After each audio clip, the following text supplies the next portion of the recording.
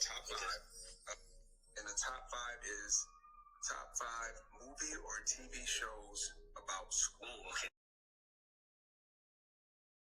So it's our time now to get into your top five as we wrap up this wonderful conversation. And this is top five TVs, shows, or movies about school. Okay. And remember, you have to start with your fifth all the way up to your first. So you ready, right? Okay. Yes. All right, five. Okay. So I would say School Days. School Days, number five, Days. Spike Lee. School Okay. Days, yes, just because Spike Lee has to be there. School Days, like, early introduction to HBCUs. So that HBCUs. came out the year before I went to college. So that was Okay. kind of important. What was it? Was your Not that, like, let me say Welcome Back, Carter was the first thing. was that six? Are we No. doing six? I want to put School Days as four. Four. Welcome Back, so Carter. Welcome Back, Carter is five. Only because, I remember watching that. I don't know if you remember, but I remember watching that it was like the first school series and it had some humor. And and you got to remember, because there's humor in what we do too. And we are kind of like a little family. Our schools are like little families. It is ultimately like, so people who want to teach, it's something nice to be a part of. For You are going to be a part of like a small, close-knit community and family. People are still coming from neighborhoods, even though it's not a neighborhood school. They're in that developmental phase of their life. So I would say, because that was the very first sitcom that I was exposed to, Welcome Back, Carter. Okay, Welcome Back, Carter. And then now four is School Days. School Days.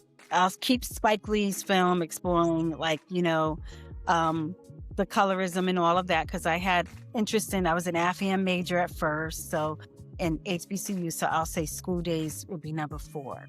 Okay, number three. Number three is, I'll say Akilah and the Bee. Okay. That was just a little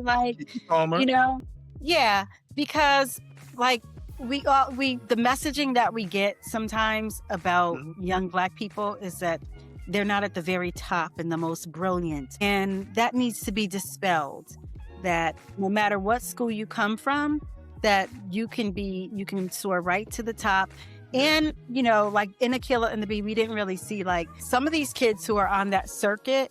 They've been in all these little programs. There's a little formula that people use to get their kids to be in different places, to be at the science fairs and all of that.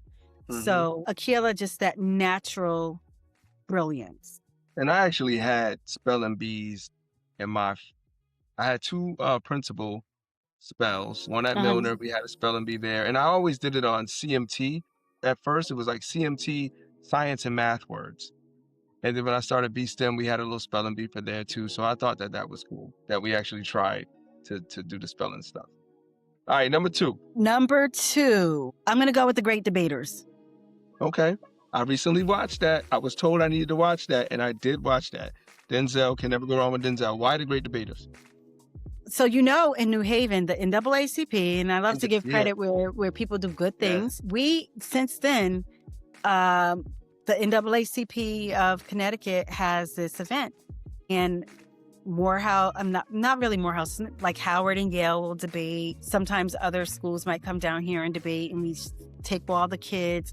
But again, this is an opportunity to see us in a different lens. And a lot of times the stories that get told about HBCUs, you don't get some of that, like about a show that really features, say, the debate team.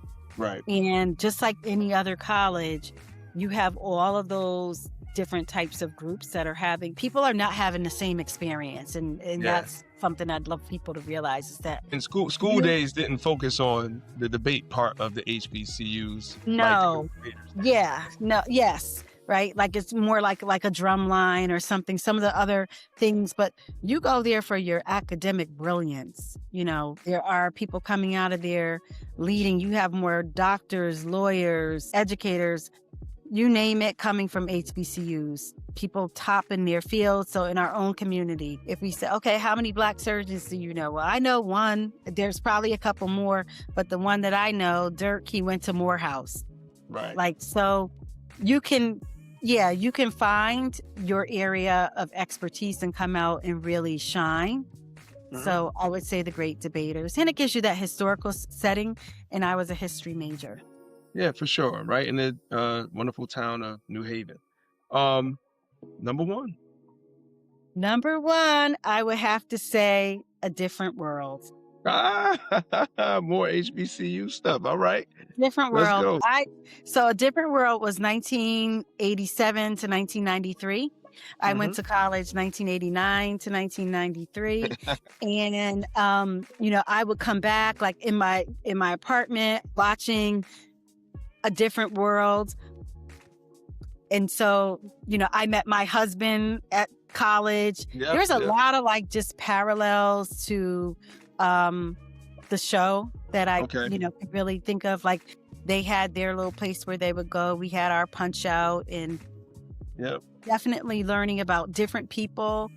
For a lot of people, and even me, like I hadn't had many experiences in the South, and had never gone to like Texas, and to meet Right. people, I hadn't been to California, but to meet Black people from all over All over the Detroit, place. see how, we're all so different, the different schools that we're in.